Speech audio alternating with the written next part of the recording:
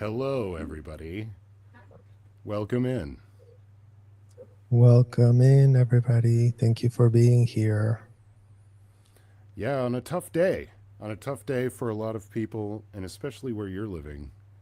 Um, how is it in Los Angeles?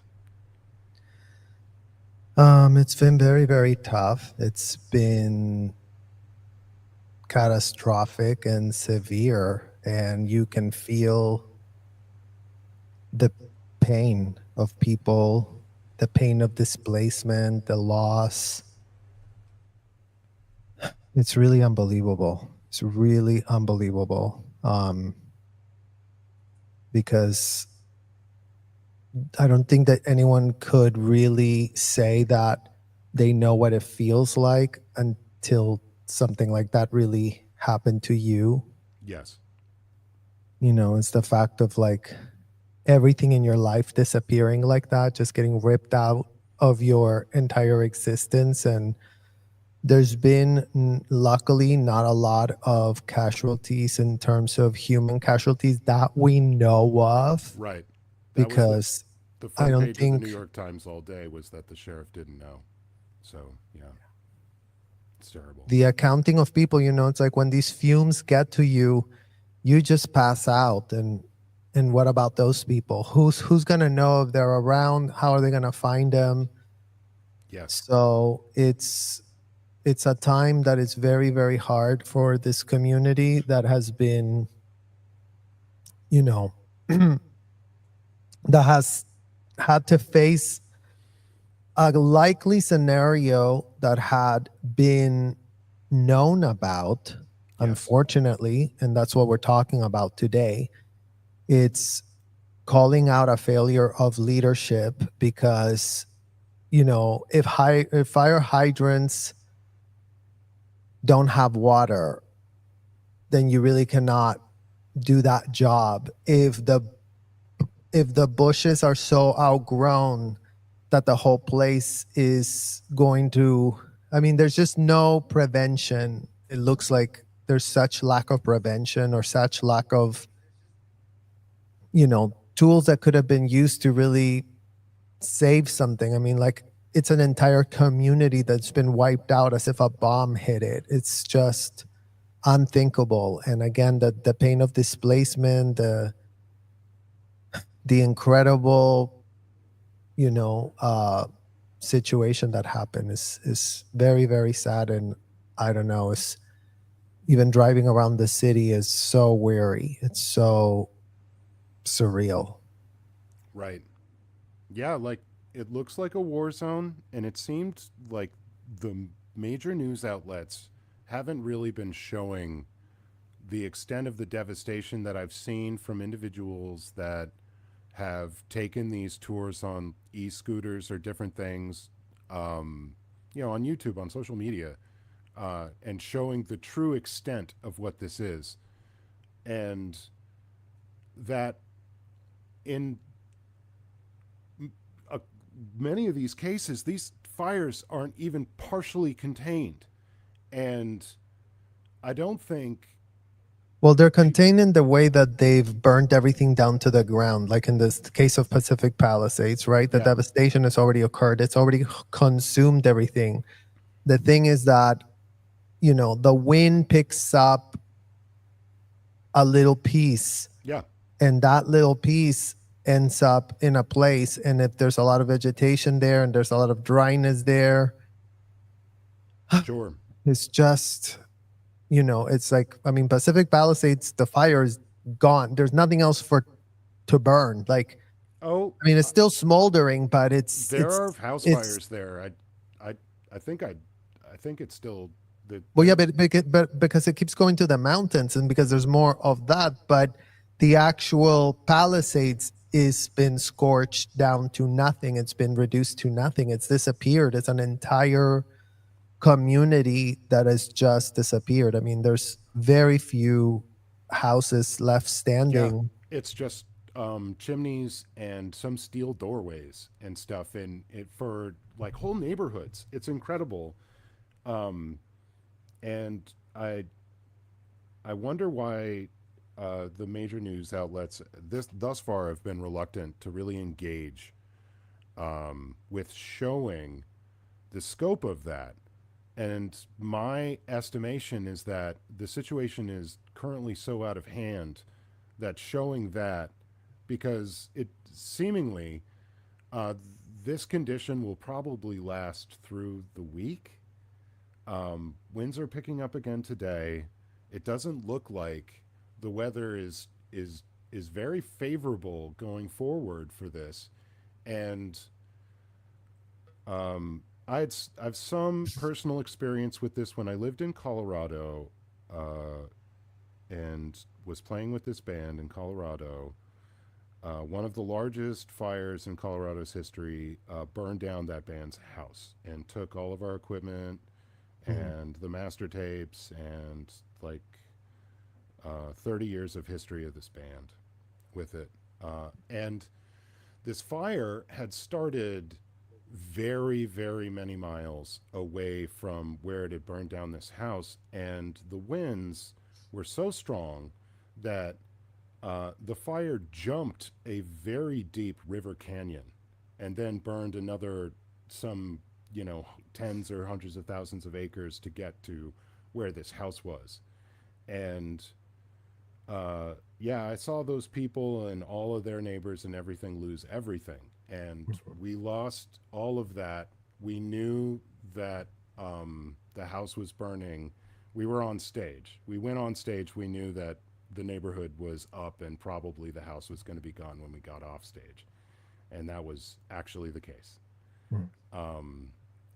And one of the things, like, is that the immediate shock of the start of these fires and the devastation will have you uh, immediately thinking in the short term of it ending, when generally these things carry on for a while. And it becomes watching the main information portal for this is called INCIWeb, and I remember just having a tab open for that for smoke and fire tracking. There's a couple other ones that are kind of more interactive that I posted at the beginning of the chat. If you scroll to the beginning of the chat, or if any of the mods see that, I'll post them again. But they're pretty good fire and smoke trackers, and they're showing off of some of these fires. They'll also show the satellite pickup of these spot fires that are being kind of extended out, radiating out from the center of these fire zones, so that before those things get declared, you can know that it's encroaching on you and you can be better prepared to move. Because it becomes Yeah. like when these things move so fast, it becomes hours or minutes, and having up to date information can be the difference between I mean, being stuck there or not. I don't know that this had a lot to do with them not having the information. I mean, at least everyone did get evacuated, Yeah, and at least they had that type of thing. sure.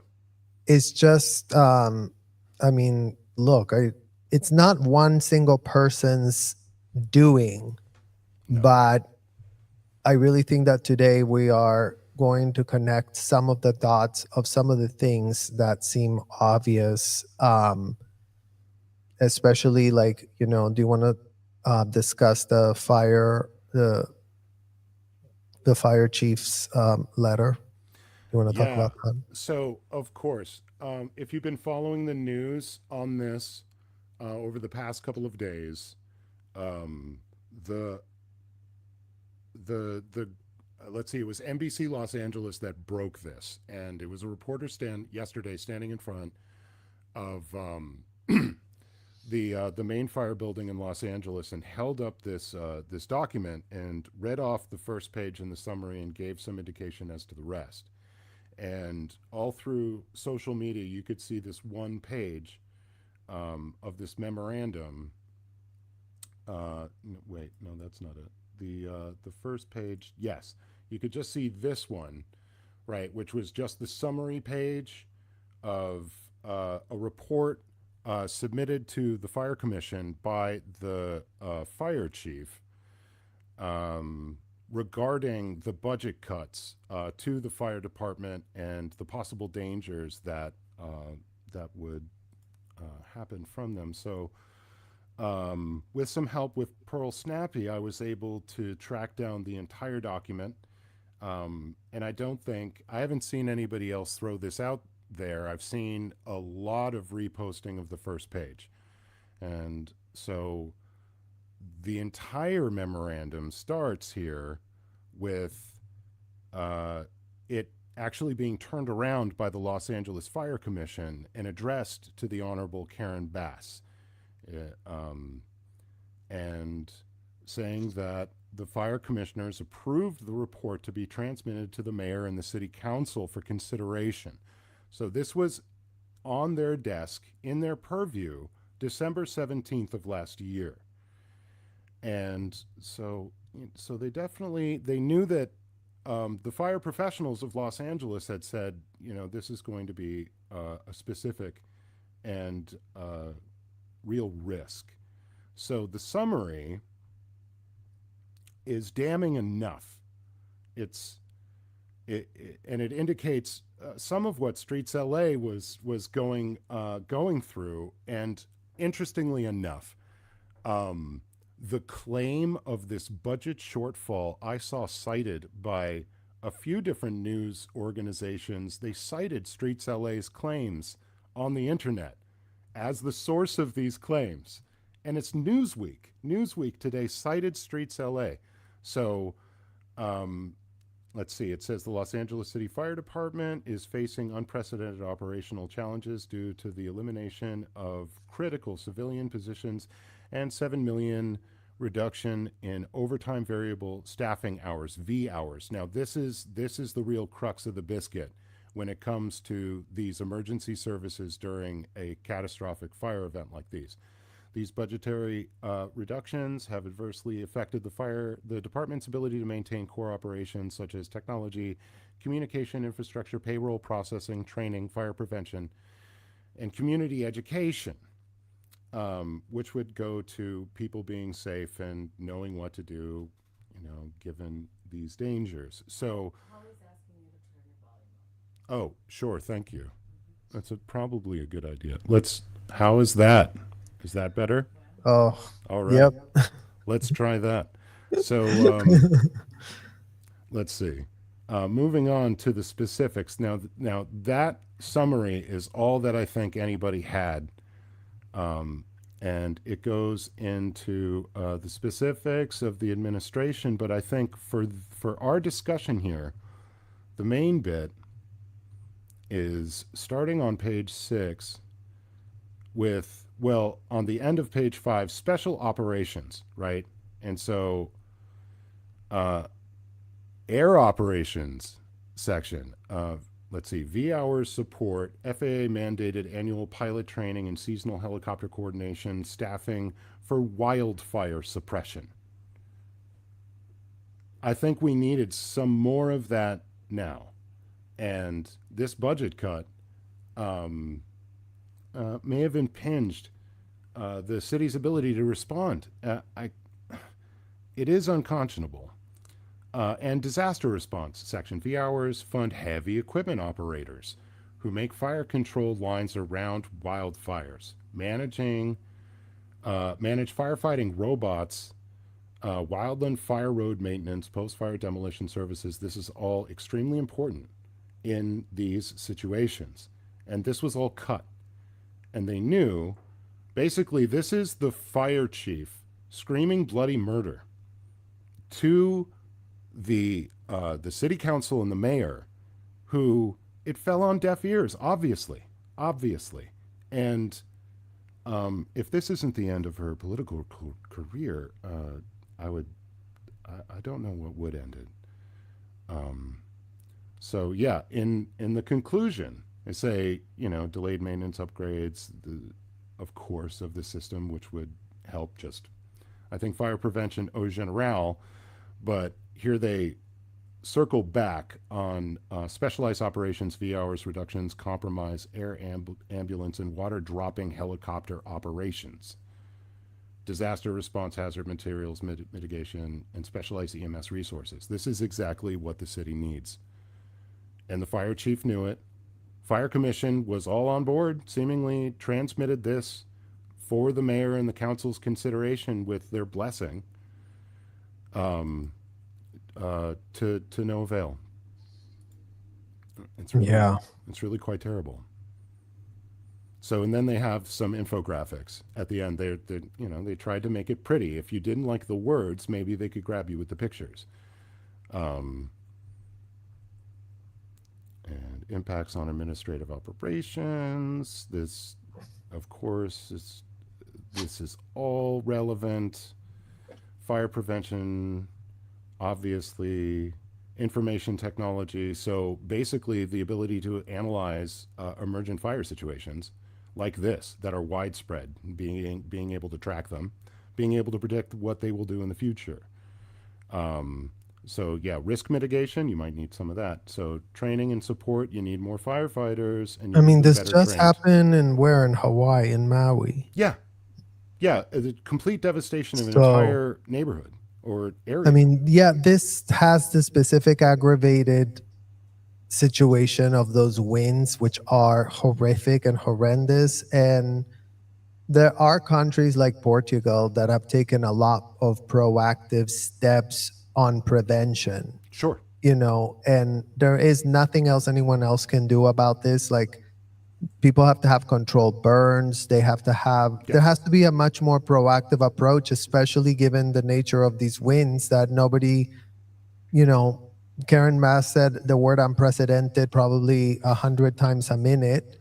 But look, if it was unprecedented, it now happened. And That's it's right. about what in the F is going to now happen moving forward so that this level of horrific destruction doesn't just burn out another community, because this time it was Pacific Palisades, but Right. here in Los Angeles, there's canyons all over the place. Like, if anybody got spared, it's out of the sheer luck, because again, one wind going one way and then your entire neighborhood could be compromised. Like, Right. so The combination of a lightning strike in those canyons and some wind blowing it right down into your neighborhood, and it could Yeah, just those happen in canyons are- any of those places. So, and they have so many communities. So I don't know. I feel like all the people in Los Angeles will gradually be able to figure out ways to be able to stay ahead of this, because this is horrific. Well, This it's is going to absolutely take horrific. massive investment that seemingly the city and the state are reluctant to do, and it's also going to take a better response from the federal government. So the problem that's happening and that's happening right now, and that happens in every single one of these, is that the funding mechanism is that you go from the immediate source to the state source to the federal source, and there are all these pools.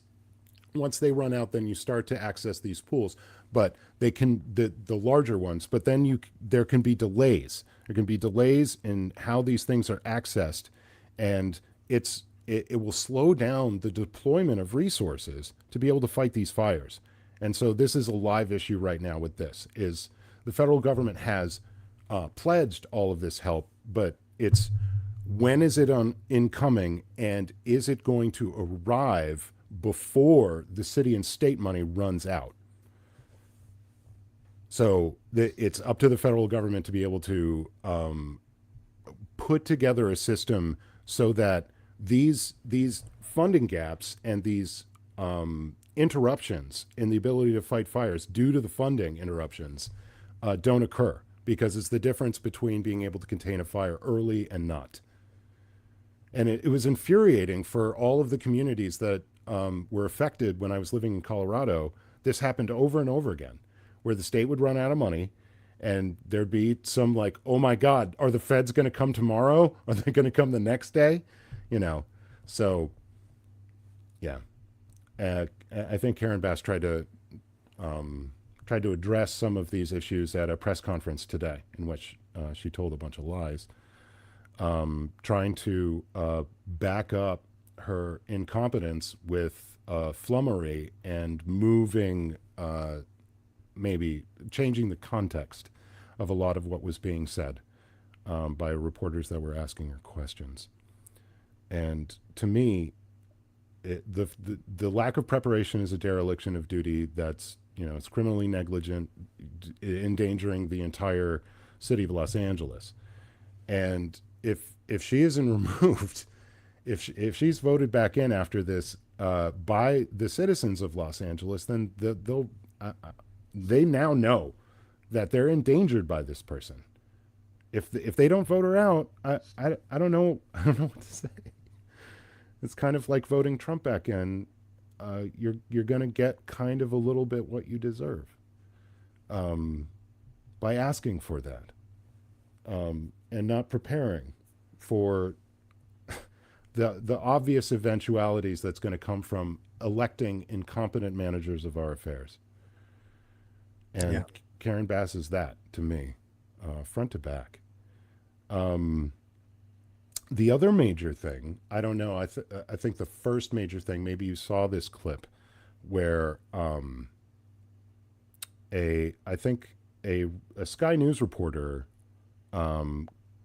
got Karen Bass right off of the plane from Ghana and tried to ask her some questions, and she would not answer. And the only response you get from her aide is her aide trying to back this reporter up and stop him from asking questions.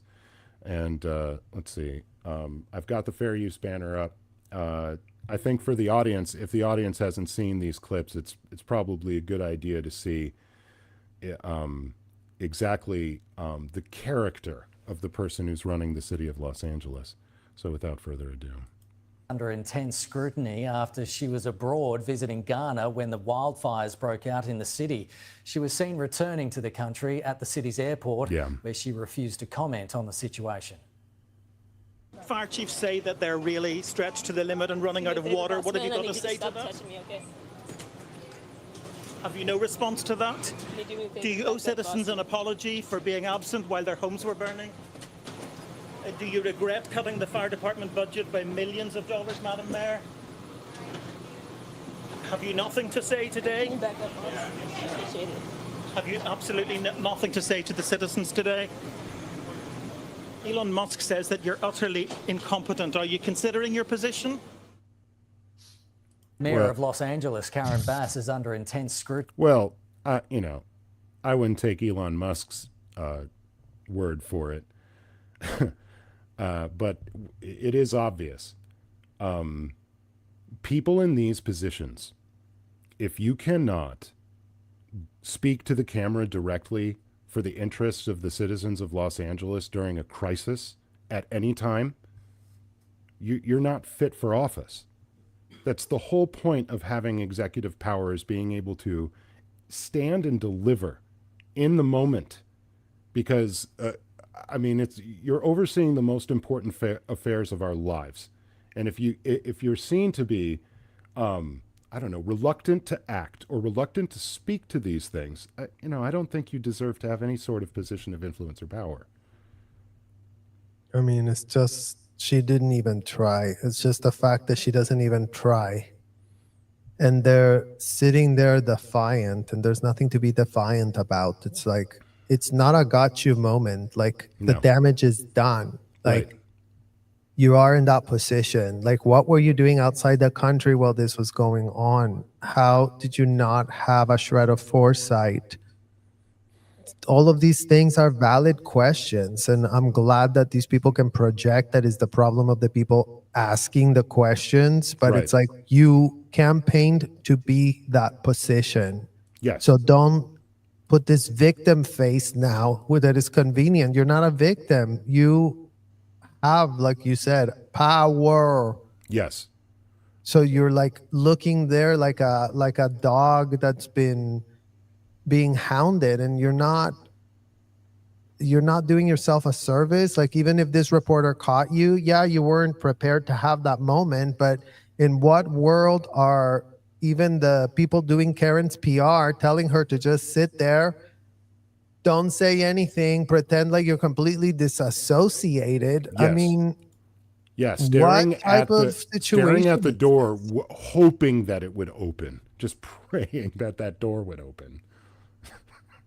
But it's like, even if she just had to have a conversation, no, I'm No, absolutely devastated. And I don't know, like, she should have said something. So that's where the shadiness of her comes in, because she's manicured herself as a puppet. And again, her ties to Scientology come to question, because it's like, there's a dishonesty, a pattern of dishonesty that you start seeing with this woman that doesn't stand for anything. No. Like, she just comes and does prepared speeches, but they're all just calculated manipulations, because, she's nothing this horrific has ever happened in the history of this city.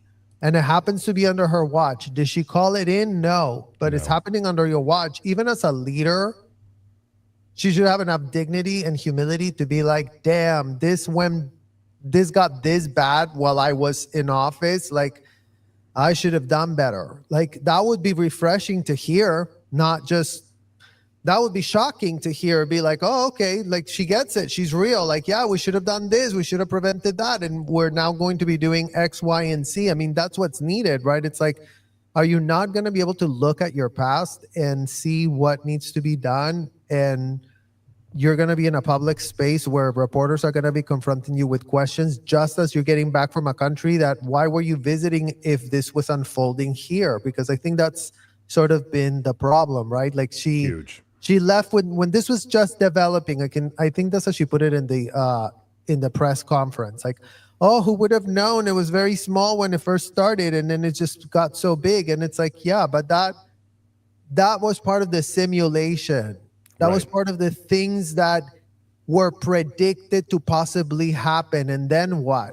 In what world did you think, oh, I'm going to will this away and leave your city without leadership? Like, you're the one that can move things faster than anyone else, because you're at the very top of that leadership. So if you're not putting pressure for these people to be not having gridlocks, again, it's like, I get it that these jobs are not easy, and I get it that it does require a lot of grit and a lot of, like, having good discernment. And where is that discernment? It's just not being seen. It's just a matter of discernment is what we're asking for, because everybody's houses in a whole entire community in our city is gone because there was not enough of that discernment. Could she have stopped it all?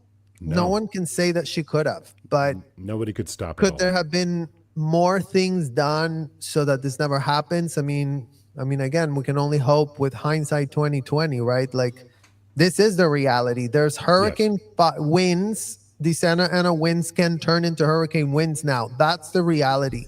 If we don't figure out how to prevent this is going to keep happening ad nauseum. And think about, like, the loss of everything getting burned against the investment of what would have had to happen to prevent it. You're not even close to the same investment. I mean, imagine all those homes destroyed, burned to the ground. We're talking about, hundreds and hundreds of acres devastated, that you cannot even almost put a money quantifier to that, because what was lost is like, well, yeah, they won't do it right now. It's not to mention that now it's affected the real estate. It's completely destroyed the real estate of all of that area, because all of this trauma that these communities go to, it's now going to be something you're going to now have to think about. If you go back to that community and it's just rebuilt the exact same way that it got burned into, it's like, if you're not going to figure out then how to make sure that this doesn't happen, how are you going to change your streets so that there's not just one way out so that everyone gets bottlenecked and fried? I mean, these are the level of problems that are coming with whatever it is that we're experiencing now. Call it climate change, call it reality. Like, no one gets to control or program. There's no human power that can control Mother Nature. Mother Nature is going to do whatever in the hell it's doing. No one can control it. No one can rein it back. You can only respond to it and learn from what's coming and learn from the force that it might be conjured up, because that's what was Absolutely. conjured up now. Devastating fires that have ravished our entire city on a level Yes. of devastation, contamination. It's really, really sad. And, everybody needs solutions and needs, people coming together. And that's been one part of that is good about situations like this. If there's any type of possible silver lining to something so tragic, that they are those people that are connecting with other people, and houses being open and companies coming together, and there's no other choice. Like, everybody has to figure out, what do we do now? We have to deal with this reality. It's our reality. It's in our city. It happened here, Yes. and does this mean that we're going to stop going to city council meetings? No, because No. it means that you have to go more. Absolutely. And it means that more people need to get involved. And it means that, all those people that have lost everything, gonna need advocates so that this doesn't happen again. I mean, because the advocacy is the thing that sometimes keeps these people's scruples in line. And if you Yes. don't have advocacy, then there's just no scruples. And that's why it sucks to live in a situation where, if the leadership has no scruples, then it will only have them if they're forced into them. And that's where Or the advocacy removed. comes in. Yeah, because Karen Bass has shown through so many programs that she's running that she has no interest in helping the citizenry of Los Angeles. She has a huge interest in pandering to her donors. It's a huge interest in making a big show out of helping things that people in Los Angeles might be concerned with, like the homeless program, where she has this massive fraud running right now for the benefit of a bunch of nonprofits that are connected to major donors of hers. And this has been very well laid out by Streets LA. It's one of the better pieces of work that I've seen him do. And he is a serious and very real advocate for those people. He knows who they are. He helps them directly, ministers to the people on the street and knows them. I've known other people that do this work. This is the real. And this isn't the only thing that Karen Bass is this disingenuous about, and will just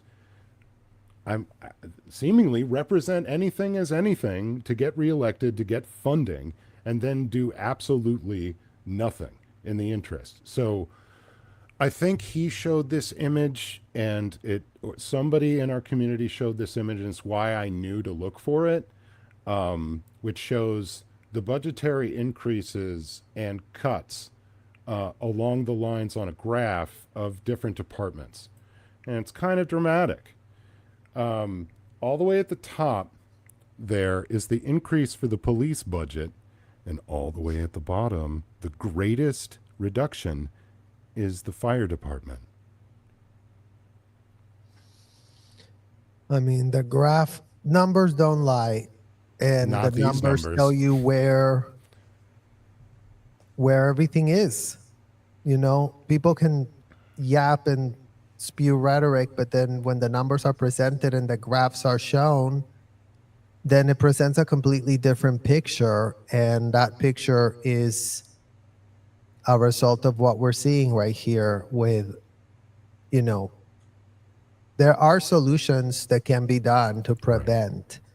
And that's what needs to be acknowledged, because there's so much that can be done to prevent it if there's attention and care and wanting to do it. So it shouldn't have taken the entire Pacific Palisades to burn down to nothing for this to be taken seriously. But I mean, going forward, there is no going forward without this, because, yes, Palisades got burned to the ground, but next year, guess what? There's plenty other Any of them. Places. Any of the other ones. Yeah. that this can happen. Like Palisades, it just happened to happen there. Yeah. But Santa Ana winds, and this is a recurring, every year it happens. And now that we have these type of winds, Everybody's going to have to adapt. I mean, it's what it calls for. Evolve. We have to evolve as a human species. You have to take the information that's coming to you. You have to take all of this devastation, and then what are you going to do with it? You're going to evolve. You're going to take it as a data point, and you're going to think of 100 million solutions to the one problem, because you know what? That can be done. Yes. That can be done. Think of 1,000 million solutions. Let's do this. Let's do that. Let's have this prepared. Let's do this in case of that. Well, generally, the solutions for this are known. It's a lack of funding. It's a lack of funding, like the solutions to very many of the problems in this country: healthcare, education, the infrastructure, all of these things, general public health. We know how to fix these things. We know how to make life better. We choose not to. Right. So this image, advocacy is the answer. One of the things, certainly, and presence, like you're saying, and gathering all this information and being a good gatherer and processor of information on your own, getting that skill set. But one thing I wanted to mention is this phrase that budgets are like a priorities list, right? A list of your intentions to do and to deliver. And this priorities list looks exactly like what the result Los Angeles got. And those priorities, serious, and your intentions, you should have to speak to them and about them. Karen Bass has failed to do all of this in the past couple of days, and has just dodged and dissembled. Well, in that last clip, we saw her just not answer at all. I think she did answer. I disagree. I think that was an answer. And I think that's why that's the worst answer she could have possibly ever given. Yeah. Like, even if she would have opened her mouth and pretended to be human and not hoity-toity, because that's what people are getting sick of. Like the hoity-toityness of it all, the I'm so above you all, I don't have to speak to you because I'm not going to take you seriously. It's like, this man was even a reporter. And, it's like, that's the pressure. That's the only pressure these people can get, right? Because, the Luigi Mangione situations of the world are not what's being proposed. What's being proposed is that you get confronted and then you have to answer. Like, that's all there is to do in a civilized situation. You're being confronted with your failure. It has ties to your job. You're getting off a plane when the biggest fire in LA history and entire community disappears. Like, it's not just nothing. So I think it's a very, very big answer from Karen Bass, because she's literally not equipped to do her job. Like, that clip alone gives you everything. Like, she should have some self-reflection and go, damn, I couldn't handle that. Then in what world is she going to handle complicated things if she cannot even handle one person, like, asking her some questions and her just answering? Like, she's already on the record. What? She's thinking she's not getting video recorded for all of us to see, that she will, again, pick and choose the conversations she wants to have. Yes. You don't have that luxury, Karen Bass. Today, you've affected too many people's lives. And now you're going to have to answer up to your situation. That's all that's being asked. Yeah, agreed. And how hard would it be to turn to that camera and say, the loss of life and the devastation to the city of Los Angeles breaks my heart, and I feel for all of the citizens. I am rushing back right now to do everything that I can to mitigate this situation. That is the answer, right? And whether it's true or not. Answers is also like, actions speak louder than words, right? It's like, it's not the fact that we needed an answer from her. No, but she couldn't even do the lip service. All of the inaction.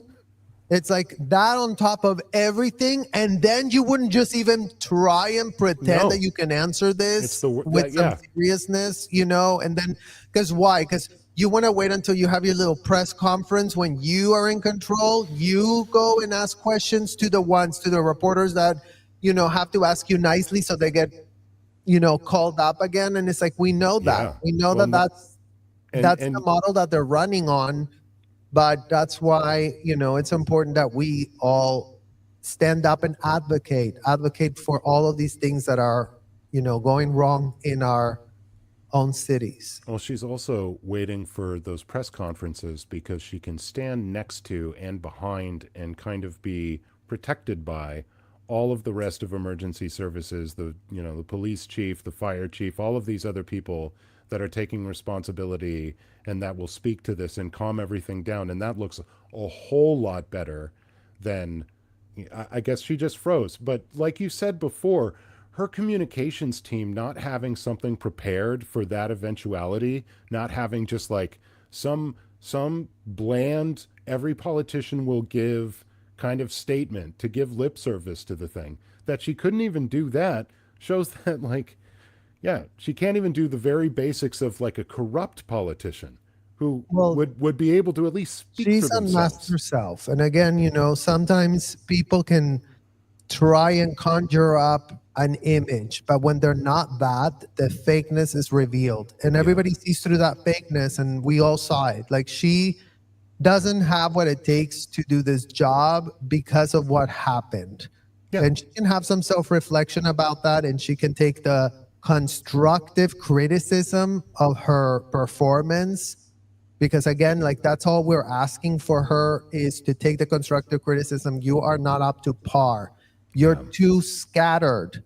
You don't know what in the hell you're doing. You can't actually run a city if you're like just complete scattered ball. Like, what the hell are you doing in Ghana while your city's falling apart? Like, that alone, what type of office she runs with people that run her schedule that don't give her any type of like, you really should take a look at this. Maybe we should postpone the Ghana thing, maybe for just one day, just to make sure that, I mean, Right. those things that should just be common sense, you would think. I mean, not to give Scientology executives any props, but if Karen Bass was a Scientology executive, she would have had her head spliced by Scientology. She would have been told, you didn't do your job, you're getting bypassed, and now you're irrelevant. Move away. Now you're going to be washing bathrooms with muriatic acid and a toothbrush, Karen. That's what she would be doing right now in Scientology. Yeah. That's what Mayor Karen Bass would be doing right now at the Blue Building. Muriatic acid in a bathroom and scrubbing, because that's what they would have been telling her. You caused this problem because when you're the executive over the area, everything that happens under that area is your responsibility. It's under your sphere of responsibility. So this is a very, very big flap. This is definitely not the world of politics. Absolutely. You change the nature of reality, or you change the argument, and you do it semantically. So, and you can impress upon enough people who might see you as this authority figure that they'll just believe whatever you say.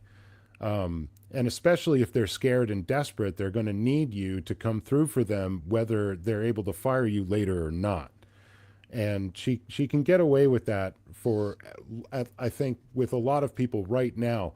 Once the fires are out, and I think there's going to be maybe some investigations into this administration and their lack of foresight, their lack of preparedness, their budgetary cuts in the face of obvious global warming. An appetite for that in Los Angeles now more than ever. Like, after everything that these poor people have gone through, it just makes you be like, okay, then we all have to advocate more. Then we all have to step up more. Then we all have to be like, what else can we do to put pressure on the system so that it doesn't falter and it doesn't just have no guardrails?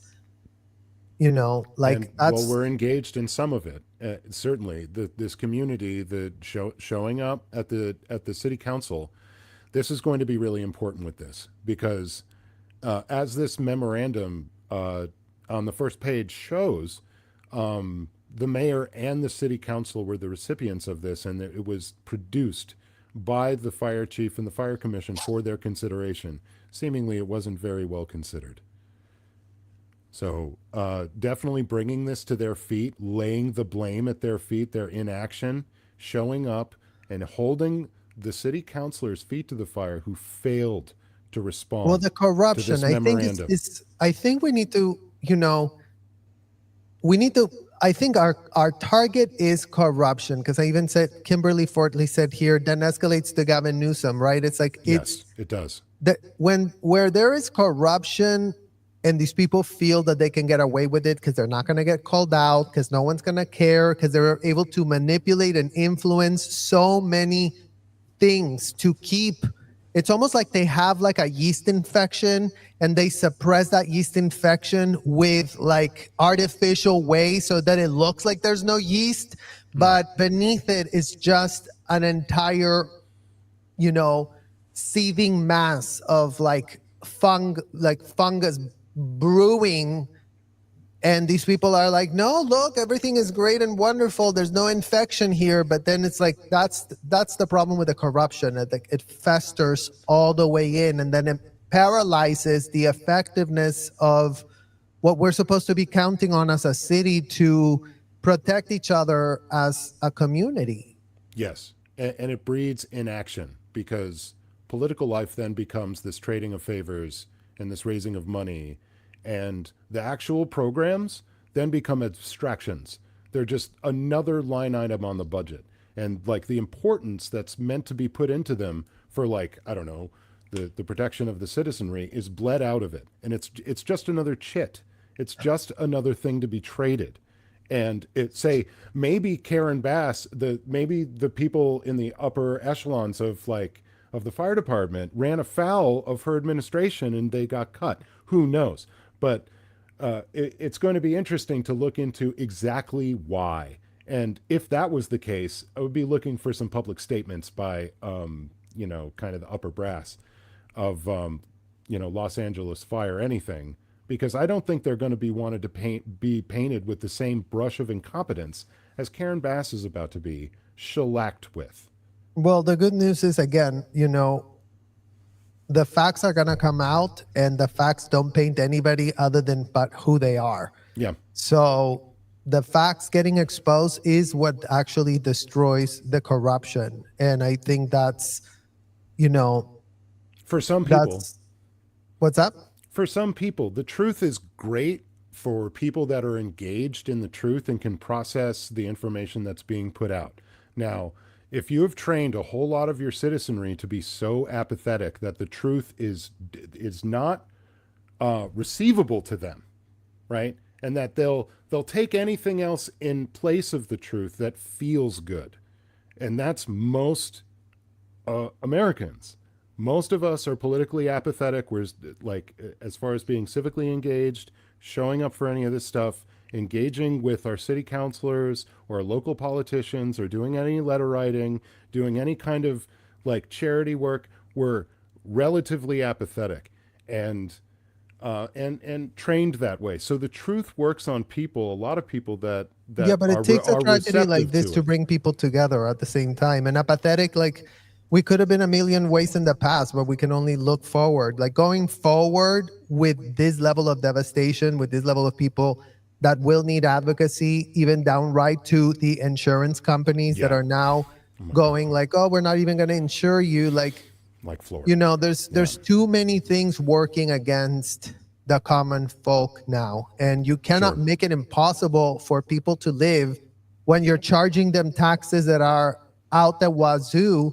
It's like everything is completely out of balance. And again, it's like, it doesn't make sense. Like, the numbers should be making sense. Like, you get more taxes than any other country, and you have the worst of everything. Like, in what world does that make any sense? Like, well, we're 24th in the world for tax revenue as a percentage of GDP. We're very low on that. And in the developed world, the United States is not the most taxed nation by any stretch of the imagination. No, I didn't say United States, but California compared to every other state of the, I'm saying in the U.S.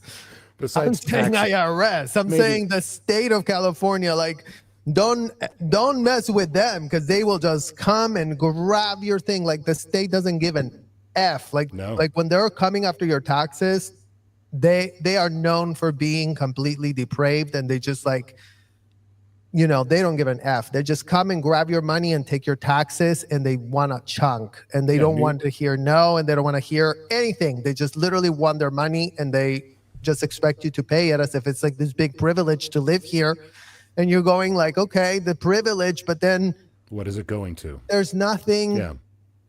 The roads that's are screwed. happening The from this. Like, infrastructure is how does this screwed. make The sense? schools aren't good. Like the water and the air aren't safe. Like what is all this tax revenue going to? There are That's massive the problem, right? Like, the money is in the state, so Yeah. the corruption is there. Again, another number that doesn't make sense. How are we the 5th largest economy? Yeah, you are. But then, but everything is effed up. Like, so where's the money going? Who's hoarding the money? And what are they doing with it? The big Like masturbating? Like, the big industrial concerns, the big agricultural concerns, and development is where all of that money is. That's who benefits from all of this activity in most states, but especially ones that are rich. And California is super rich, so very super rich and rich and powerful super people. capitalistic. So that's Oh, kind yeah. of like it's a really bad combo, because it's like, capitalism is the narcissist, right? Is the I exist and I will step over everybody so that I can have this vision of myself, having all these millions, having all this excess that I don't need, that I couldn't even Yeah. eat up in a whole lifetime. But it's all of the inequality, and I don't know what the answer and the solution to that problem of the whole world is tonight. But I just wanted to come in and say that if anything that we're learning through this community is to advocate, is to go to the city council. Audit LA, that goes to all of those meetings. It's like, that is the work that is being done. That is the advocacy. That is the people that you need to put pressure on. Yes. And, And it so- might not look very glamorous, but it is but it- very very worthwhile work to be done. And it's also very selfless. So all of you in the community that are supporting Audit LA when she's going there, and everyone else, we have to continue. We're going to have to process the loss and the pain that we're feeling right now, because our city is in utter shambles. So Absolutely. Also, what Streets does, and being any part of, one of the things that I most admired and yes, thank and you, was- Amy. I know you call all the time. and was and thought to, if it could be replicated, would be great. His ability to do the consciousness raising, like social media, straight to camera, telling people what the issues are, and then doing the paperwork and the legwork to be able to not only find out what positions these people are in, but maybe where they've come from, their crimes, what are their political aspirations, where they're getting their money from, where are they going politically, who's brokering their power, and then trying to cut them off at the pass. And that's kind of the work, to be able to say, like, flip a city councilor to your way of thinking, is to know all of those things and to try to engage them on that level where I see you, I see where you're going. Try to get somebody that's going to work on that level at all, or try to run a city councilor, right? That you can run on these issues, that if they get elected by communicating these same issues, then they will then be beholden to serve them. So that, that's a lot of political advocacy groups and think tanks do that kind of work. But it seems like Streets is like a one-man band doing grassroots version We're of that. all a one-man band. That's what we have to Totally. remember. Like, we're all just a one-man band. Like, this idea that we're all getting together, and it's like activism happens because people care about the issue. It becomes a passion. And then they're doing all of this work when no one is watching. Sometimes when they're watching, sometimes, but it's like, it's who they are, right? It's like, it's who Yeah. they become. They do it anyway. And right now we have, yet another cause in Los Angeles to be advocating about, the fact that those planters, those non-compliant fire hazard planters haven't been moved. If anything happened in Big Blue, Like the disaster is right there. The lack of care for fire hazards in the city, despite it being denounced, despite it being photographed, despite it being video recorded, all the evidence presented, spoken about at these city councils over and over and over, the fact that nothing is done is that allyship that this mayor going again, showing how she doesn't give an F. If she doesn't care about planters being removed so that fire entrances can be had, how is she really supposed to plan for the biggest thing that could possibly happen in one of her most, vulnerable communities? And, Palisades is one of those vulnerable communities. They knew, the vegetation there, the way the houses are, the way the roads are, everybody knew that could be a trap, and it could be really devastating if it turned on fire. And unfortunately, that's the reality we now have. Like, we now have that receipt. Yes. It's like this that you could have worried about a scenario happening. Oh, yeah, it did happen. Oh, look, here's the devastation. It's going to cost more than the city could have.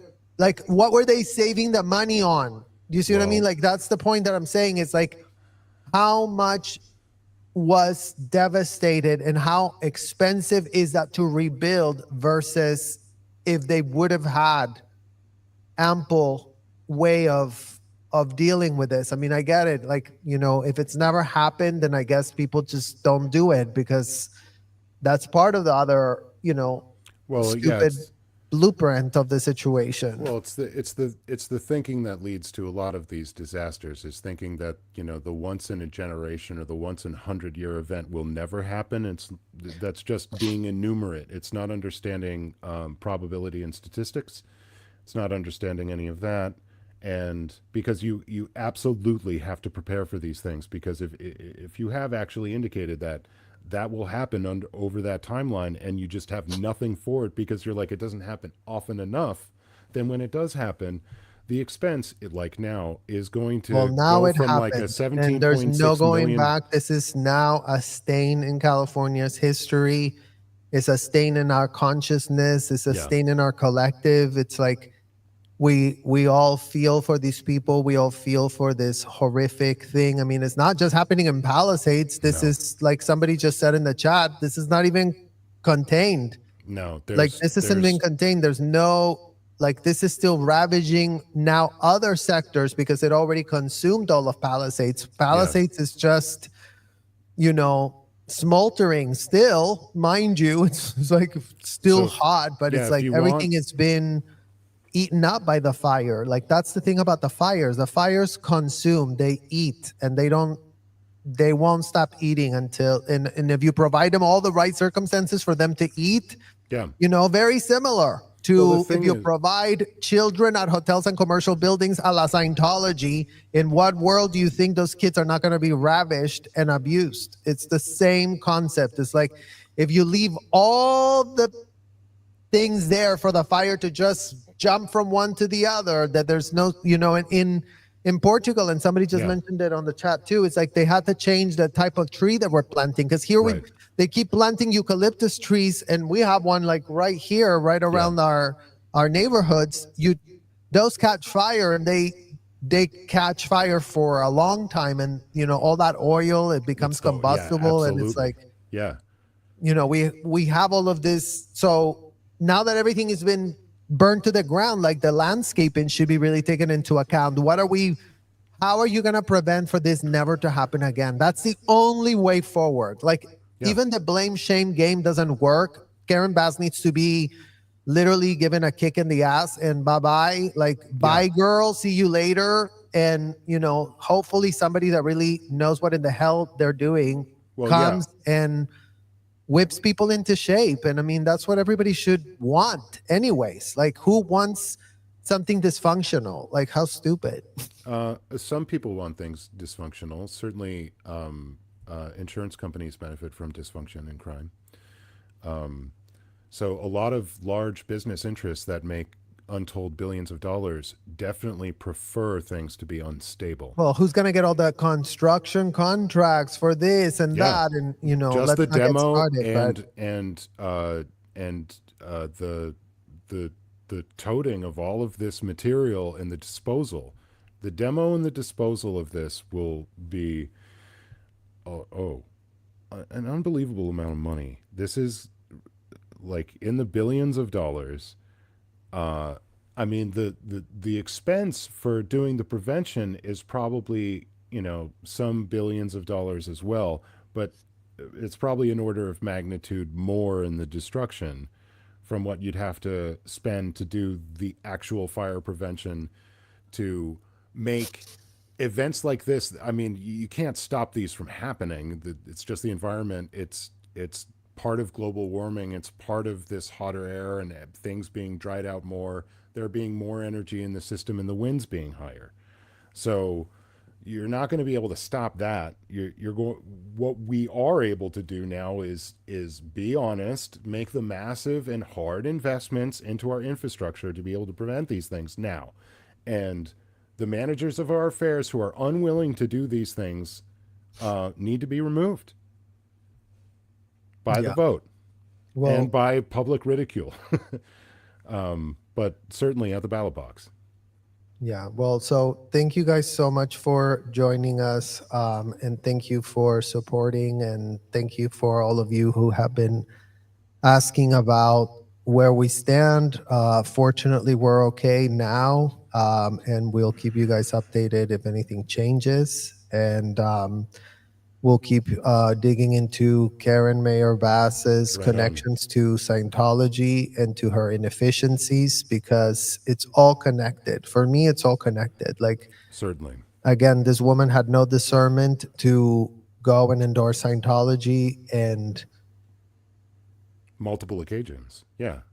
It's just failure after failure after failure. So we have to continue holding her feet to the fire now. Absolutely. Now is our turn to put her feet to the fire and make her be accountable for her actions and lack of actions. And, we'll continue organizing and advocating.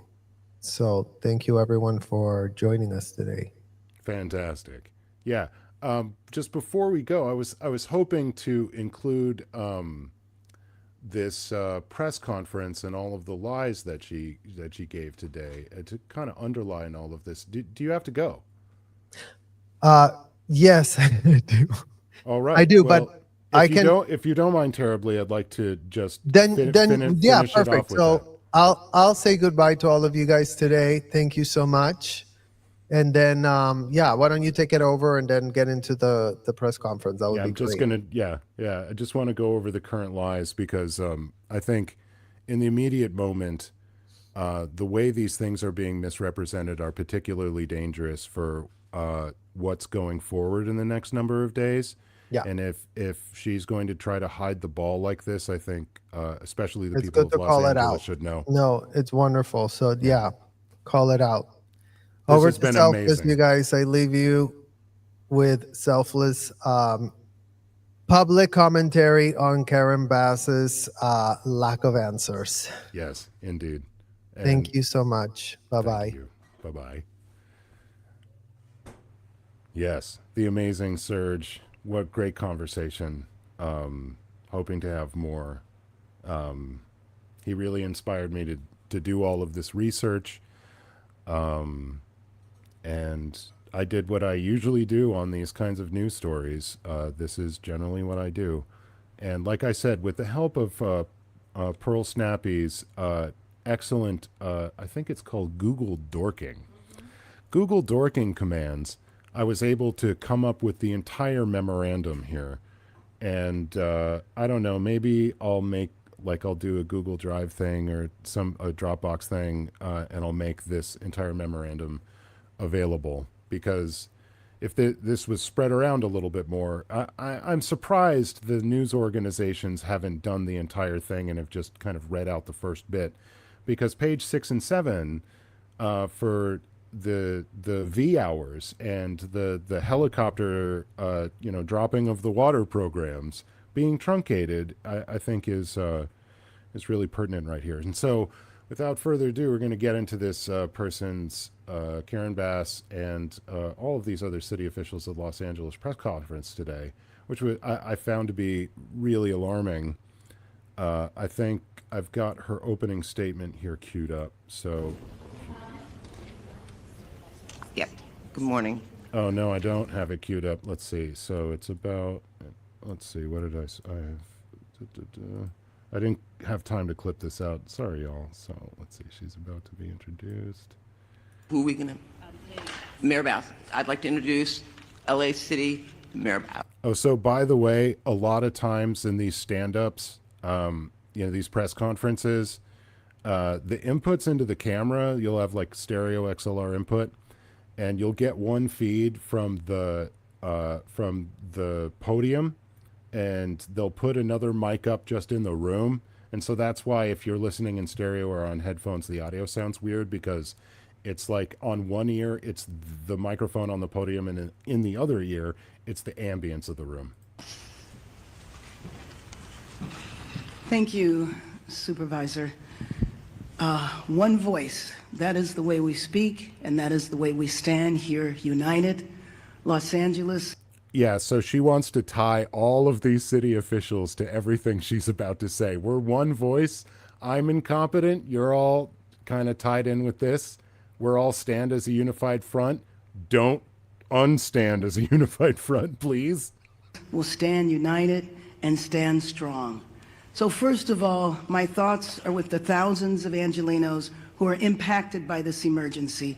As more Angelenos were forced Her thoughts are with them. Let's have some action. to make the terrifying decision to evacuate.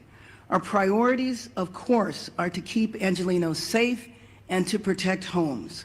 The winds continue to be of a historic nature and a key factor of this firestorm. For much of Tuesday, the unprecedented winds prevented air First use of unprecedented. operations to continue. However, as of yesterday, the winds have allowed for air operations, and that has enabled significant progress against the fires in Hollywood and Studio City last night. Okay, so I would ask you to look on the maps that I provided in those links. If you've seen those, look at those and you ask yourself if there's been all of this progress that she claims there has been. And as of 7:30 this morning, evacuation orders in Hollywood have been lifted. Angelenos cooperated. The community stood together. They evacuated, and Angelenos should continue to proceed with caution. Yeah. Air operations are continuing rapidly in the Palisades, in Sylmar, and across our region. Even though I defunded We them. continue to see our heroes, from our LA firefighters and from personnel, families, neighbors from across the county Those heroes and the that state. you gave We thank you. millions However, less we this year. continue to confront a big one-level firestorm. Historic winds and extensive drought have created a perfect storm that has driven people from their homes and have taken people's homes, and that has taken people's lives. I've been in the fire zones, and you can see how fast and devastating these wind-driven fires are. I know people from all over the nation are asking how they can help. So here are two essential ways. First of all, support the California Community Foundation Wildlife Recovery Fund at calfund.org. Wow. I mean, all of these funds are important, but the first thing she says to donate to is wildlife recovery. And that we're doing everything that we can. This is maybe a tertiary concern in the midst of an emergency like this. And although it would make people feel all warm and fuzzy and get people interested in the ideas of conservation, and it would take away focus from the damage to the structures and the humanity and everything. And support the Los Angeles Fire Department Foundation at supportlafd.org. Because And I in didn't addition do to it. shelters, Maybe you could. Airbnb is offering free temporary housing. Go to 211LA.org for more information. This, as we know, is a regional crisis. So working together is the only way we will get through this. That's why I've been in constant contact with my colleagues at the Good county, question, state, Lynn. and federal level. President Biden, Governor Newsom more of her donor have class? assured us of full state and federal support. And of course, County Chair Barger and I are fully coordinated, as I am with all of the local elected officials. And our fire departments, police departments, utilities, and other critical agencies are coordinated as well. We have pre-deployed. Okay.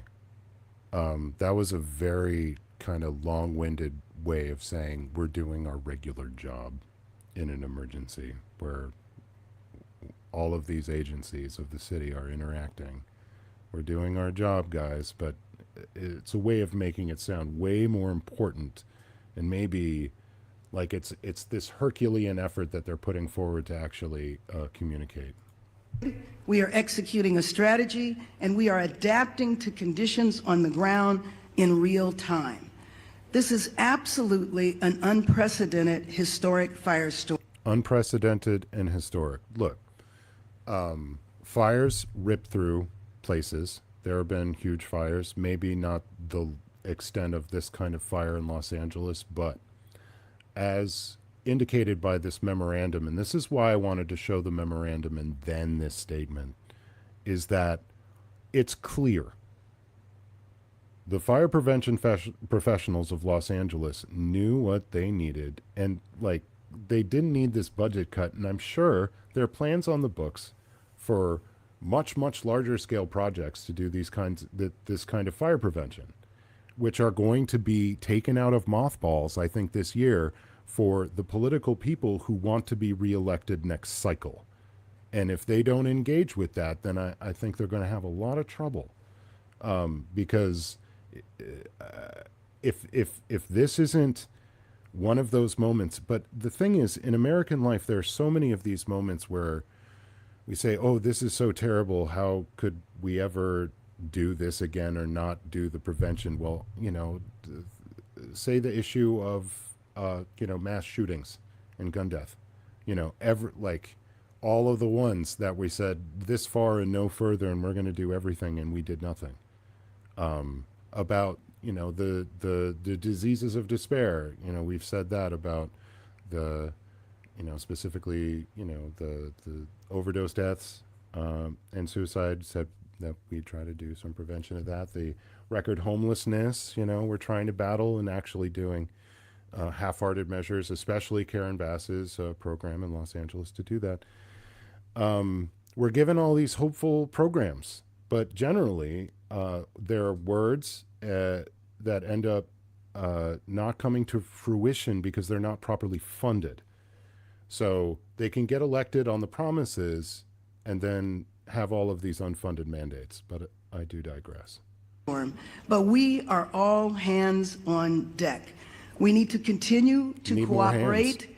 We need to evacuate when asked to do so. We need to help others, help our neighbors.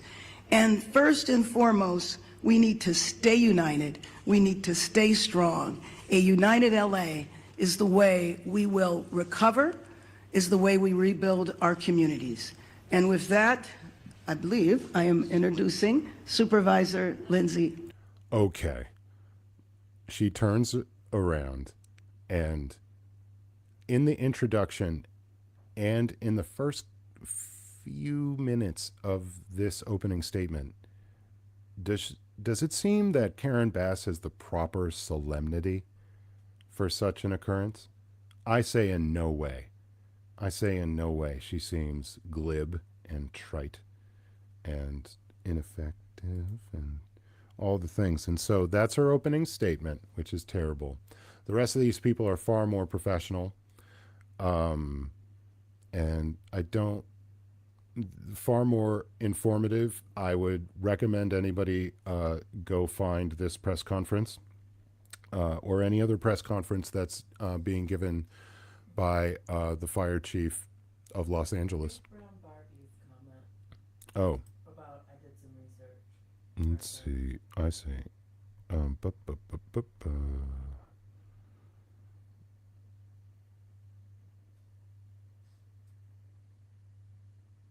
Holy Moses.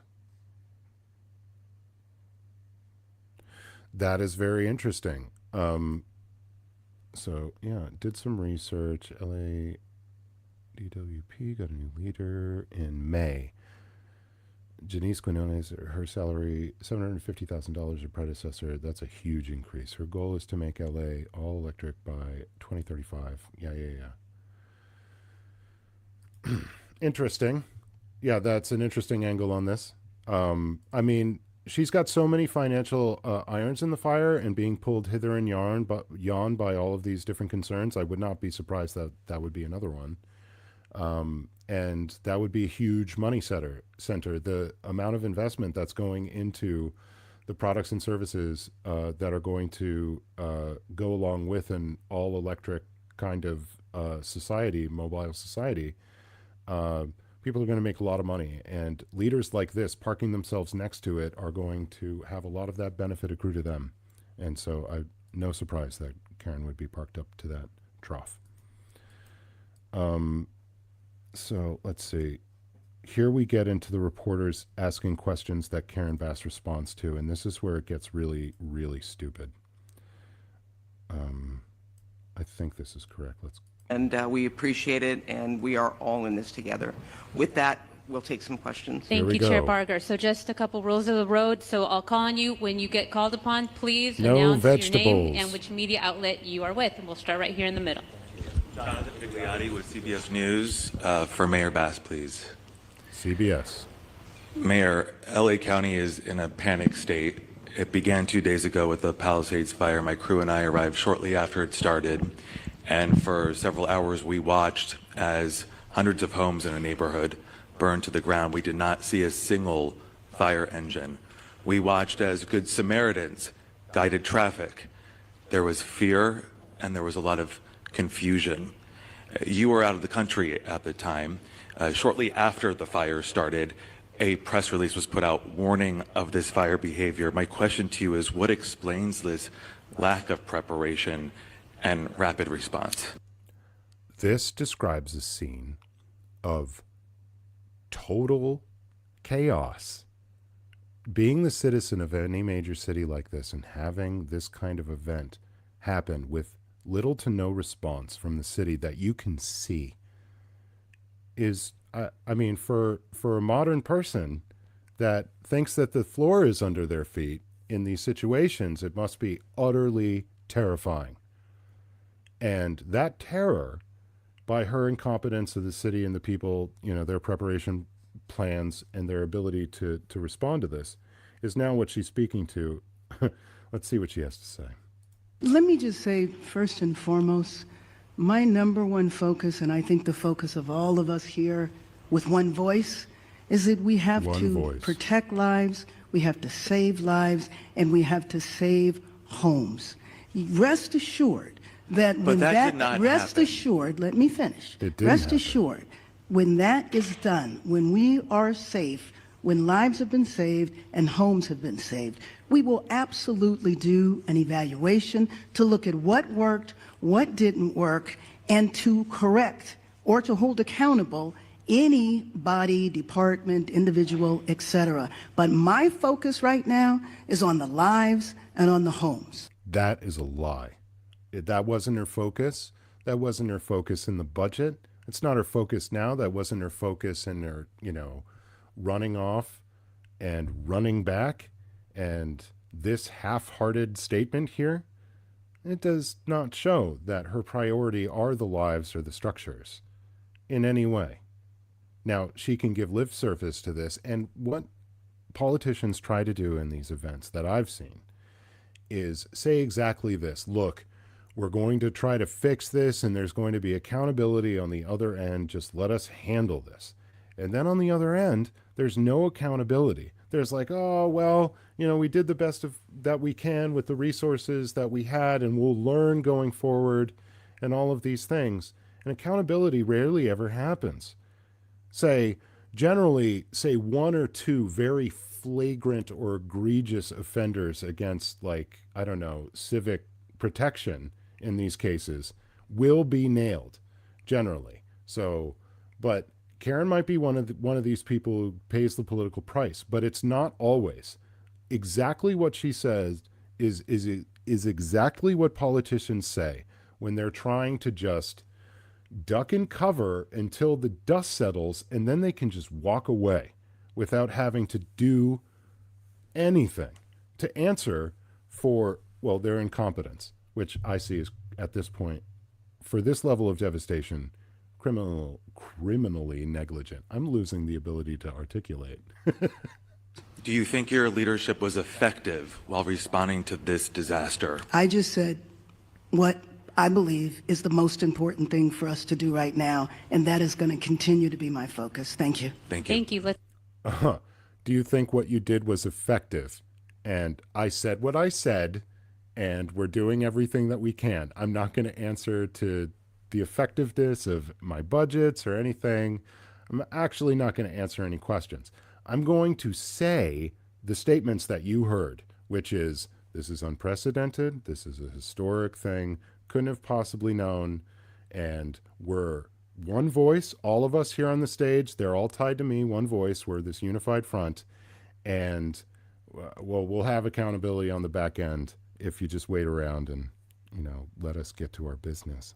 Don't bother us while we get to our business. Don't you want to be saved? So, let's see. That was terrible. That is not accountability.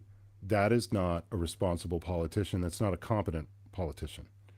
That's somebody that needs to be removed from office for incompetence. In my estimation, LA is not safe. So this isn't the only kind of disaster that can befall Los Angeles. Do you want this person managing your affairs, LA, if there's an earthquake with this response or any other kind of disaster? Do you want this person at the helm? I would say no. In my estimation, no. If it's just one, that's somebody's family. That's somebody we love and care for. So I want to make sure that's solid before we start presenting that information. Unfortunately, based on the preliminary information I've seen, at least in the two large fires that we're dealing with on each side of the county, unfortunately, I think the death toll will rise. I hope I'm wrong, but I think it's going to rise. Thank you for that. Let's go right over here in the front. That's a non-state, of course.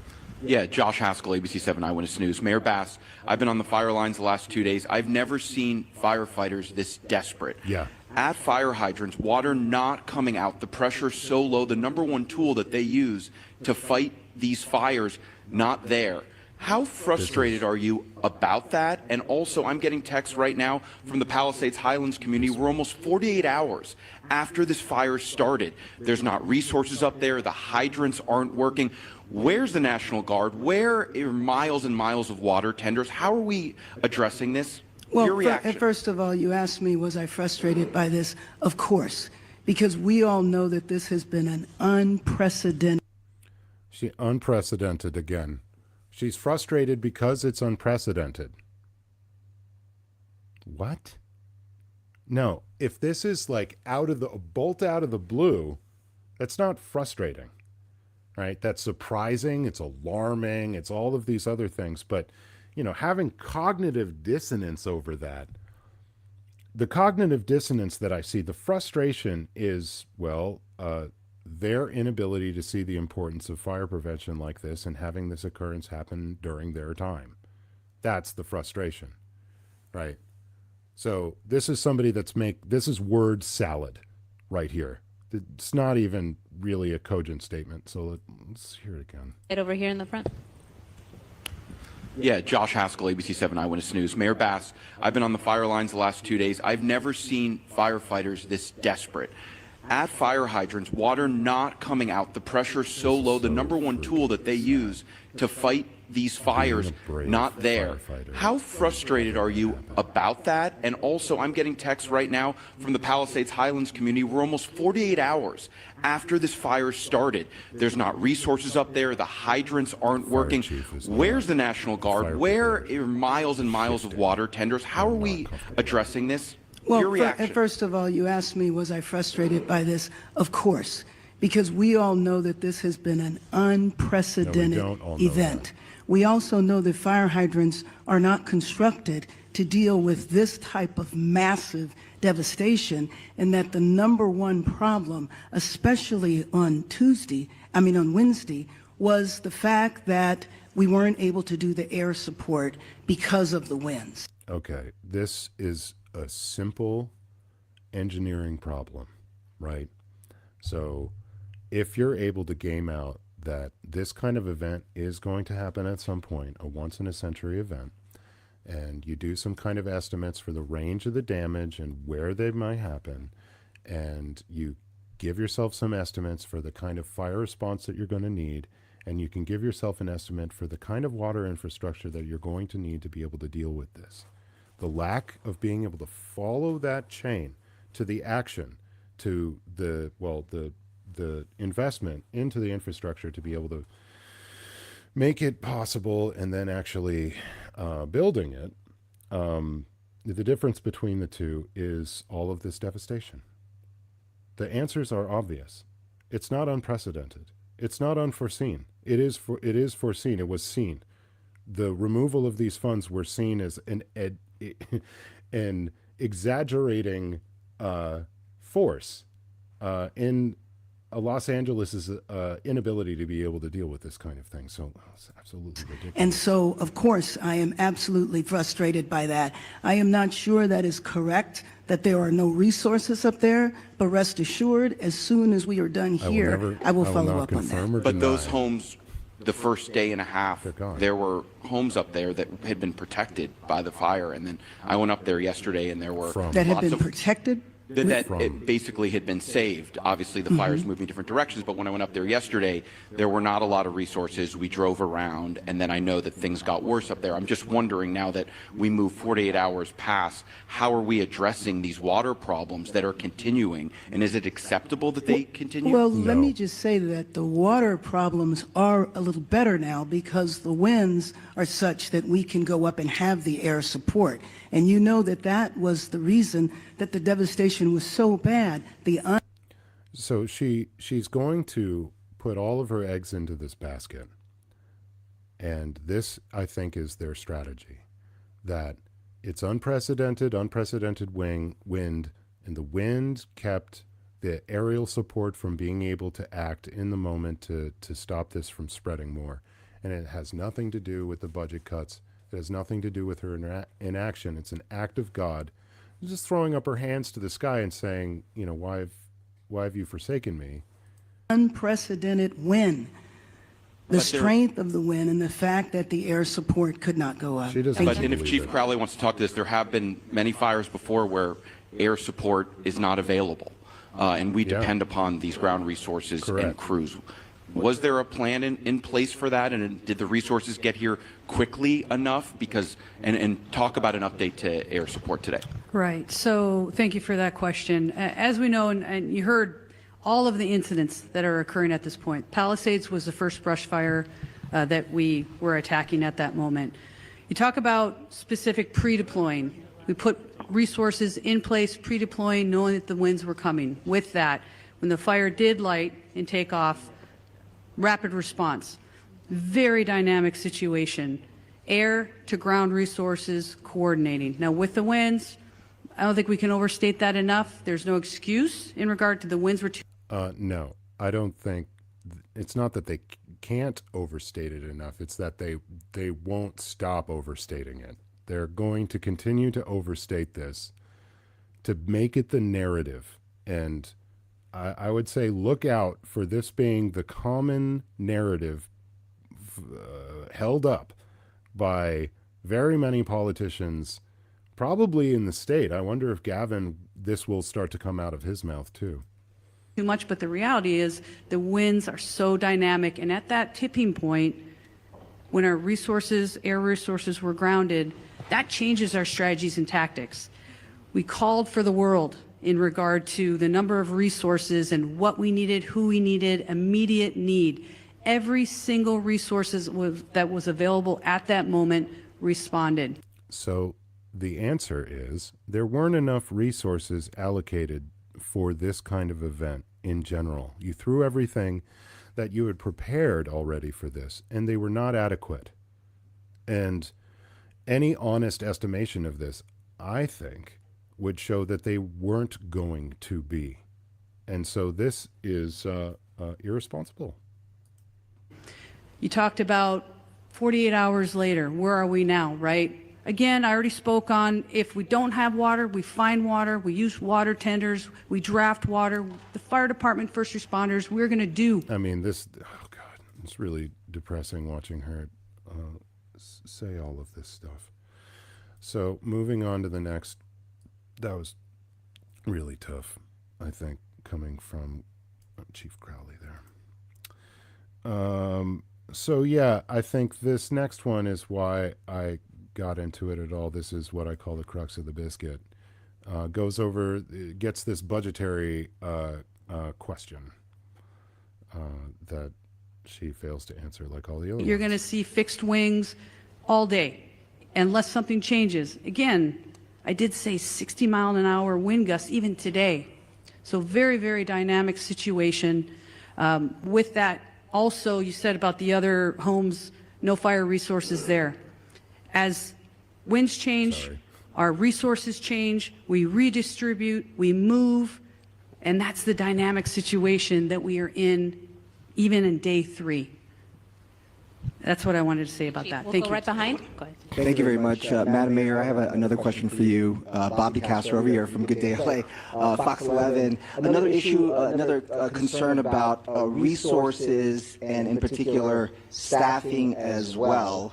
And we heard from firefighters even on the front lines expressing frustrations about, obviously it's a challenge right now. They're bringing in firefighters from all across the western region. But can you address the criticism now over the budget issue and the slashing, $17 million? I think if you go back and look at the reductions that were made, there were no reductions that were made that would have impacted the situation that we were dealing with over the last couple of days.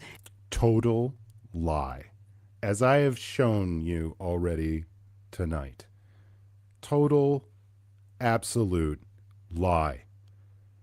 I'm not sure if the rest of the people in the fire department on stage are really appreciating that statement, because I'm sure they're aware of this memorandum by now, if they weren't before, and how damning it is for particularly this occurrence for all of their careers going forward, especially if they're trying to attach themselves to Karen Bass.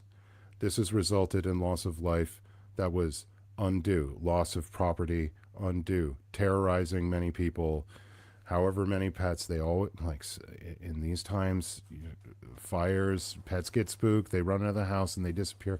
Happens all the time. Like, all of this stuff, to a degree, to some percentage, is unnecessary, right?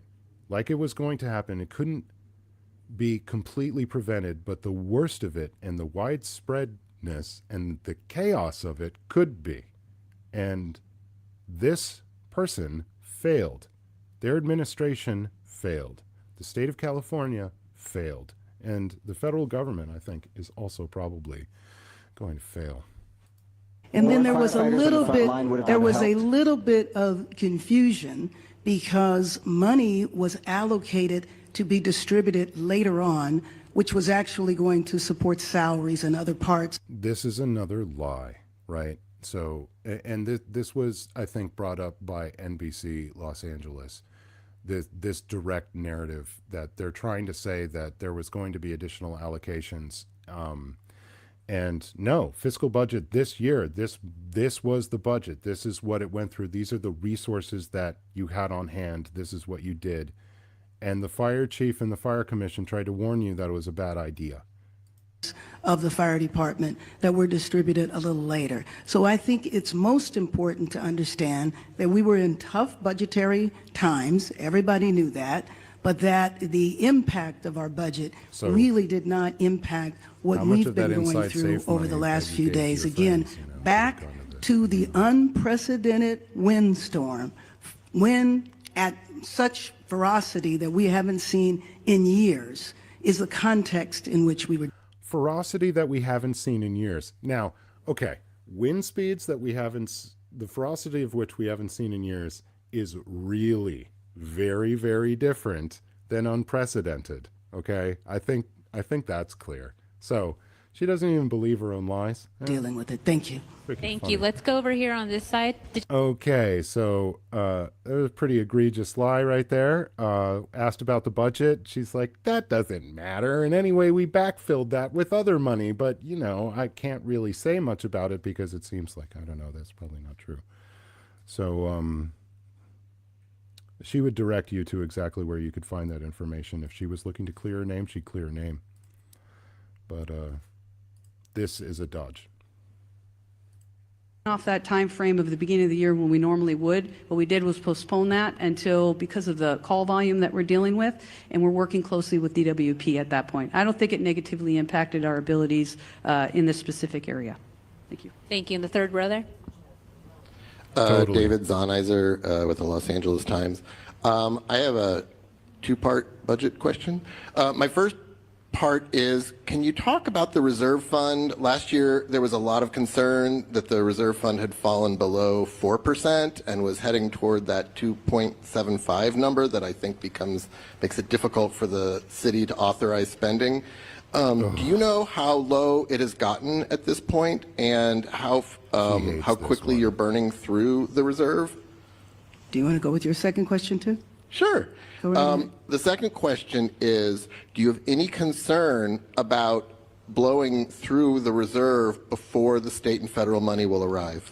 So let me just say that, as I said a few minutes ago, our number one priority right now is to save lives, to protect lives, to save homes.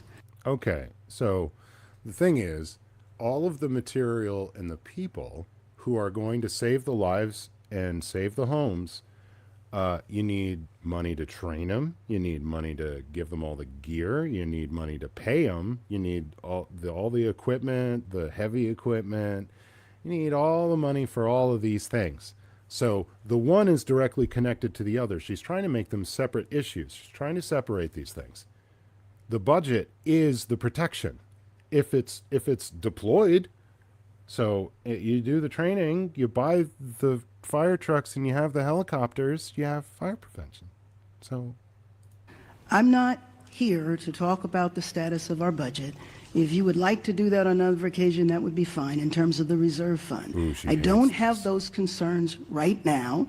And I will say that after our first priority, then we will look back at everything that was done to do an evaluation to see what worked and what didn't work.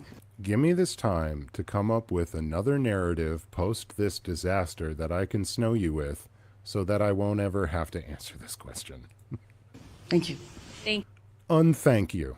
Okay, so that's Karen Bass's portion of that press conference, which is a nightmare. I'm very sorry for the citizens of Los Angeles for everything that you've gone through and that you will be going through for the coming days and weeks, and it's going to take a very long time to rebuild.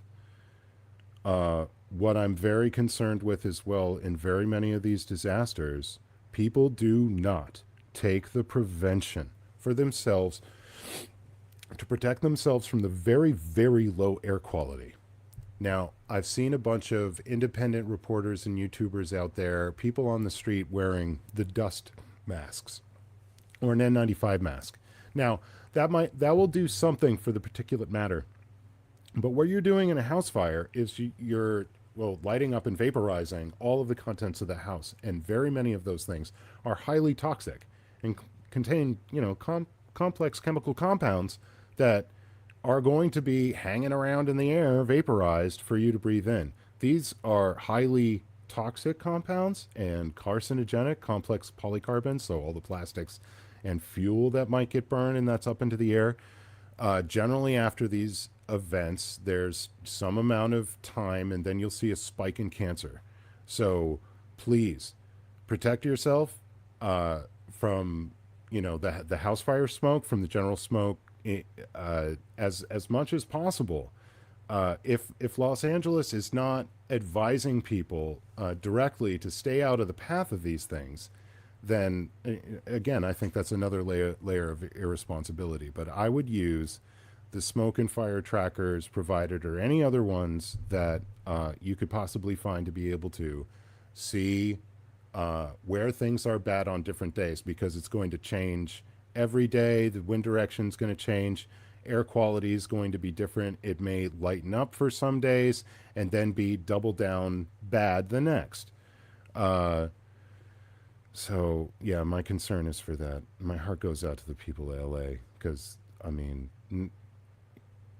most people don't understand that their lack of political engagement and their lack of civic engagement results in having incompetent managers of their affairs, which becomes disastrous when these things occur. And you may have seen me smiling, you may have seen me like kind of laughing. This is nervous. This is nervous laughter. This is a really painful subject. I mean, I'm laughing nervously at the crazy misstatements of this person who I see as criminal.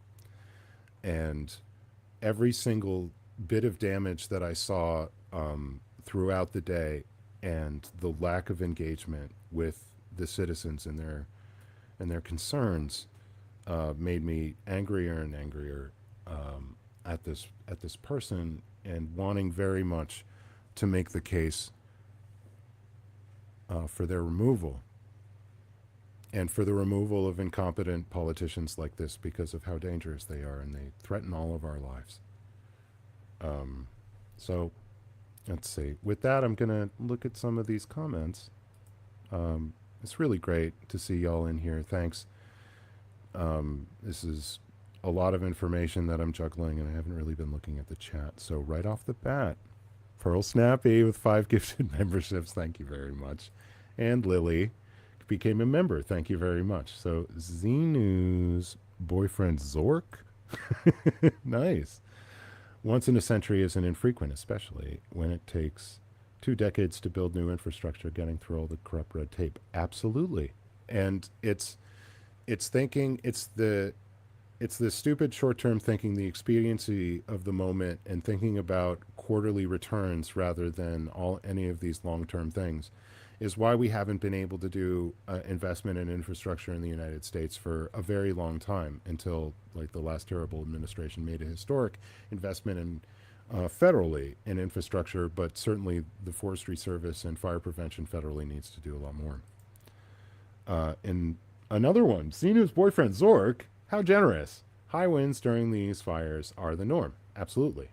Not having air support is the norm. Santa Anas are a yearly occurrence. Here come those Santa Ana winds again. Ghost Babylon Sister by Steely Dan, all the way back then. They knew. So they're coming again. Absolutely a yearly occurrence. And so this isn't unprecedented. It's not any of those things Karen Bass is trying to say. Very many of these, there are a bunch of examples of this in history where politicians during these disasters would say there's nothing that we could have done. I think Katrina was one of these things, and is absolute BS, and pretty much the prevention was exactly the same. As the problems were known, the infrastructure problems were known. It took an amount of investment, and kind of cynicism about the return on investment led people to not do it year after year after year. Rocco77 became a new member. Thank you very much. So yeah, I've been going here another, I think 40 minutes since Serge left the stage. I spent all day looking at this stuff and digging through.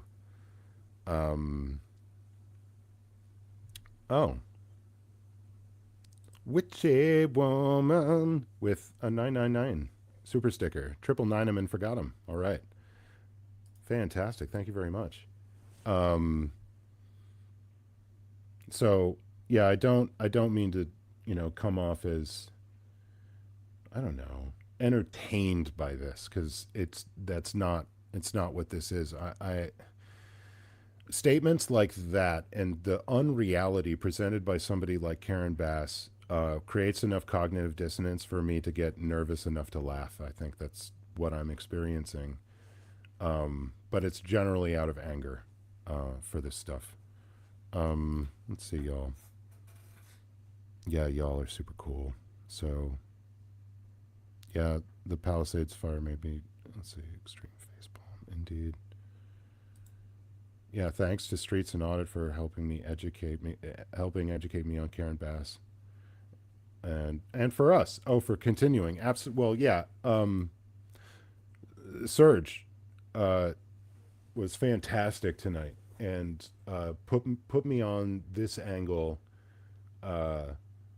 and both Audit and Streets have been doing some very serious work in this space.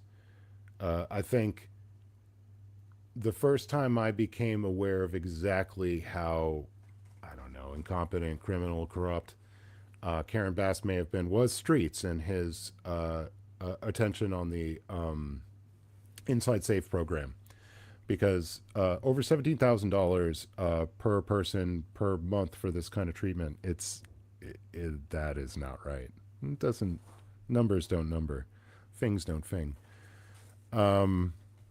So yeah, let's see. Yes, let's see. Yeah, this is what people are dying. She needs to have some alarm. Right. So there's no solemnity. There's no kind of bringing the weight and the tone of the moment so that the proper focus is put on the thing and it seems like what it is. Because she's doing these cute little asides with people on stage and these smiles, and it seems like, it's trying to be light. Generally, leaders that are actual leaders in these moments, in these kinds of things, will recognize the severity, will own up to it, so that what they're saying and the reality that people are experiencing aren't so different. And that's what I see as being really wrong with that, is that the difference between the experience of the poor people of Los Angeles suffering under this and her glib, smiley non-answers to all of this, it's really, she's living on another planet than her constituents, and that's no good.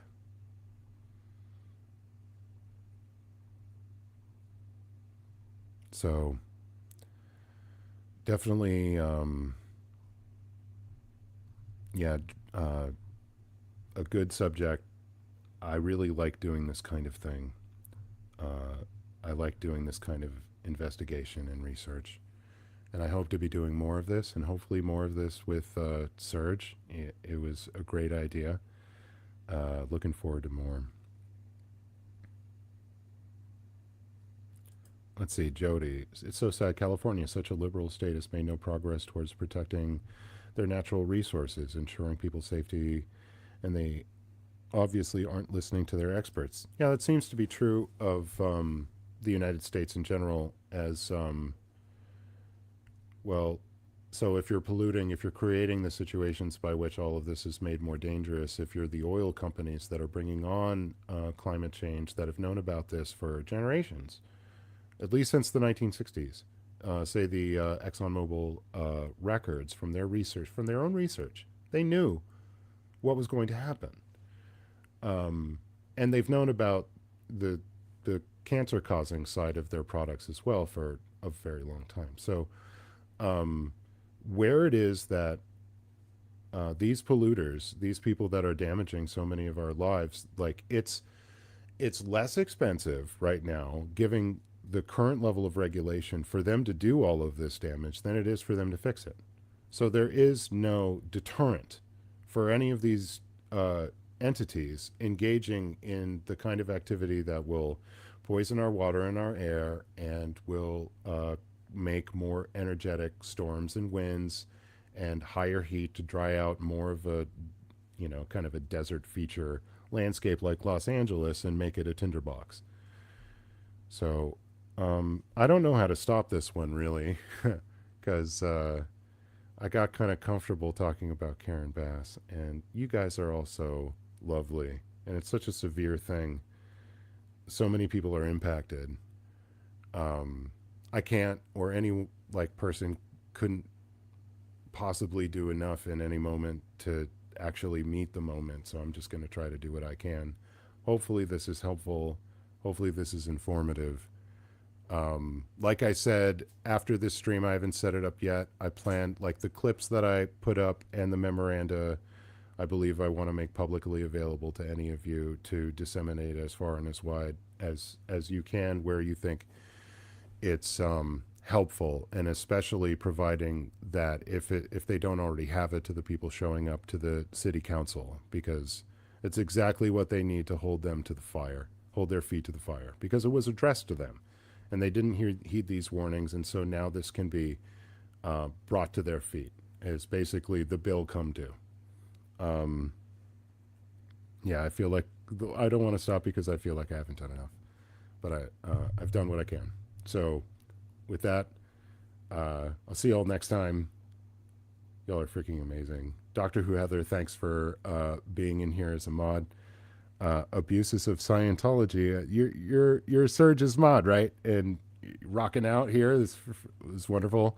Pearl Snappy, thank you so much for holding it down, and for Google dorking commands. Seriously, look into this, because this is where I was able to find this full-on memorandum that I think maybe a lot of news gathering services had not had. I don't know why it wasn't published on very many sites, because it is it's damning. It's terribly damning of the management of the affairs of Los Angeles. So I hope this ends better than how it started. My heart goes out to the people of LA, and I'll see y'all soon. Be good to the people around you. Do what you can to tend your garden. You don't have to fix the whole world. It's a little bit at a time. Maybe stuff like this, city council meetings, letter writing, engagement in charity work. Be good. Bye.